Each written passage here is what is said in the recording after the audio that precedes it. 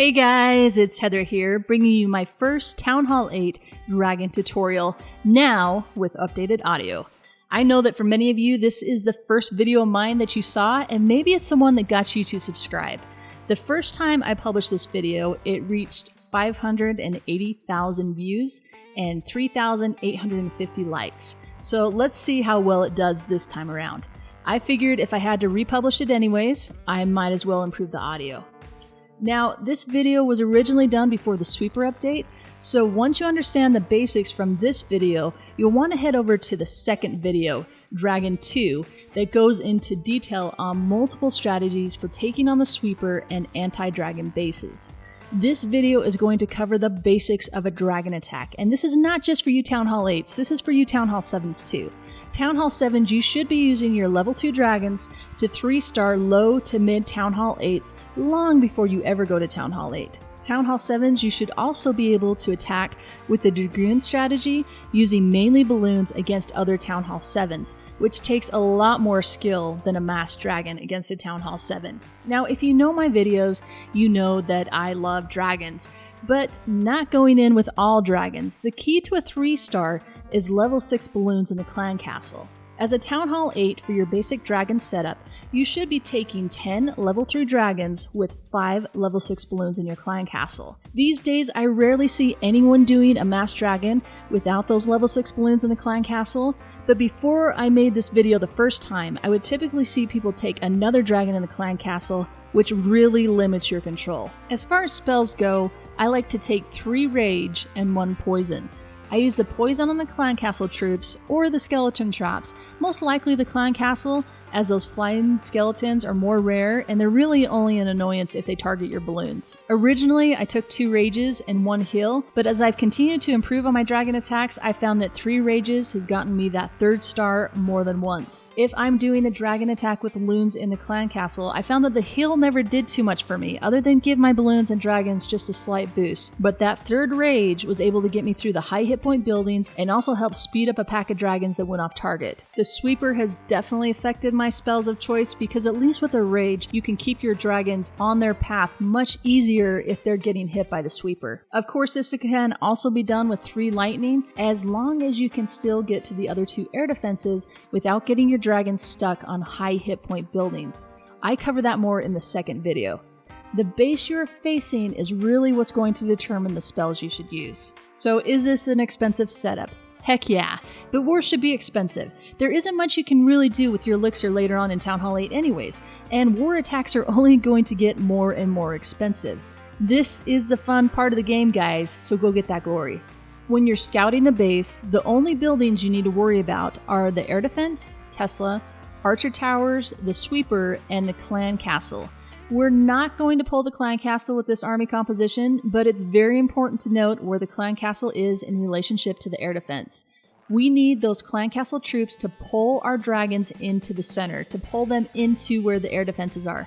The defensive barbarian king and the skeleton trap are the other 2 pulls. Troops no longer have the same level of aggression that they used to against the enemy clan castle and the enemy heroes, but it's still there and they will still pull. So these 3 defensive distractions, the clan castle, the skeleton traps, and the king, will either pull your dragons off course or pull them right where you want them to go. The other thing we need to make sure of is that our clan castle balloons are not the ones who ultimately pull the enemy clan castle. These days, you're likely to be facing a dragon in the enemy clan castle, so we want our balloons hanging back so the dragons will be the ones to take out the clan castle troops. When you start this attack, you're going to want to clear a bit of the sides. This is called funneling. You don't want a group of your dragons going around the outside. With a little patience, you can clear those outside buildings so your dragons will be pushed into the center. They'll have nowhere else to go. Remember to look at the corners. You know how people like to hide those builder huts there? If there is anything in the corners on the side you're starting from, you'll want to start your side clearing dragons directly on those corner buildings. That way you won't end up with a 2-star from dragons trying to fly back to them at the end. When determining the side to attack from, look at where the air defenses are. Also check out the archer towers and likely placements for Teslas. You want to be able to take down as many archer towers and Teslas in the beginning as you can when you have the most amount of dragons alive. Most likely the best side to attack from is the side opposite the clan castle. This way, as your dragons reach that mid-tier of the base, the clan castle will start to come out into the center. This is going to distract your dragons and pull them into the center. Your dragons will not only take care of the clan castle troops, but also the town hall and all those strong defenses that are typically secured in the center. As you are clearing the sides, make sure your dragons stay out of range of air defense. You want to avoid those archer towers too, or at least have your dragons be able to take down one early on. Only drop one dragon on each side that you're attempting to clear. If your side clearing dragons will be in range of an archer tower, you will need 2 dragons on that side to tank against the archer tower. This is where you're going to need to be patient and not get antsy and start dropping your dragons too quickly. We're clearing the sides in order to create the funnel. Once the side buildings are cleared, the dragons have nowhere else to go but into the center of the base. If you don't funnel your dragons, they will all go around the outside, one on top of another. Remember, dragons move to the closest building.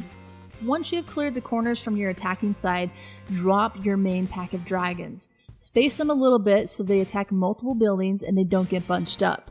As they head in and reach the first outer defenses, this is where you're going to drop your first rage. Remember to drop your rage where the dragons are going, not where they are. You'll want to drop this rage on or about the second layer of wall. This way, the very tip of the rage spell will be on your dragons. As your main pack of dragons start into the second row, right before they're going to reach the clan castle radius, drop your balloons. This should ensure that your dragons blow the clan castle and not your balloons. Your other dragons should have cleared the side defenses, so your balloons will head right into the center. Your balloons will hit that first rage, and that's going to speed them up. At the same time, your dragons will have started pulling the defensive clan castle, and that's going to pull your dragons into that distraction. Depending on your spells, this is where you want to drop your heal on your dragons as they take down the clan castle troops. You can also drop your poison on the clan castle troops. Poison is not going to do much damage to a dragon, but it's great if there's wizards, archers, and witches that come out. As your dragons reach the end of the first rage radius, drop your second rage. Again, drop it ahead of your dragons so that the edge of the second rage lines up with the edge of the first rage. This is going to be used by both dragons and the balloons to get to the final air defense. This is also going to help your dragons take down the town hall much faster, since the town hall has a lot of hit points. If you have 3 rages, use your third rage on your largest pack of dragons or balloons to help them take down the last air defense if necessary. Rage is also going to help your troops push through the sweeper zones. You can use your Barbarian King for multiple purposes. Typically, I like to use him like a sheep herder. Once you have dropped your last spell, it's time to stop watching your dragons and start looking to where your Barbarian King can help out the most. You want your Barbarian King to herd the dragons back in towards the center. You can do this by starting him on some outside buildings and getting him ahead of the dragons so that their next building is going to be on the inside. You also want to use your Barbarian King as a meat shield against Teslas and archer towers. Drop him near an archer tower so that he will take the hits until your dragons can get there to take it down. A Barbarian King is a great way to take down those outside Teslas. However, avoid dropping him near a cannon. Cannons are going to do a lot of damage to your Barbarian King, and that's just being a wasted shield for your dragons. Mortars and wizard towers aren't really anything to worry about, but try not to raid your Barbarian King until he's clear of them so that your spawned barbarians can last longer. Try to wait until your Barbarian King is at half health before you use his ability. You can also use your Barbarian King to get him to that air defense that was missed. This is really the only time you should use his ability early, just to get him to that air defense faster. Now back to that third rage variant.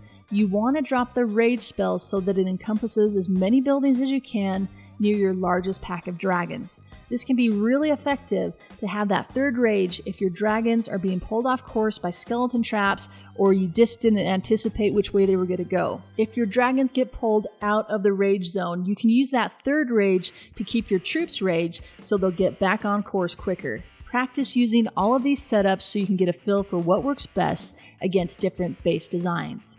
Alright guys, that wraps this guide up. Once you have these basics down, be sure to head over to the second dragon video, and I'll link to that down below so you can get some in-depth strategies for beating the sweeper and anti-dragon bases. Join me and other subs who know this attack inside out by downloading the Bindle app from your device store for free, and then joining me in the chat room #ClashTutor. Remember to subscribe, tell your clan about my videos, follow me on Facebook and Twitter, and I'll catch you next time.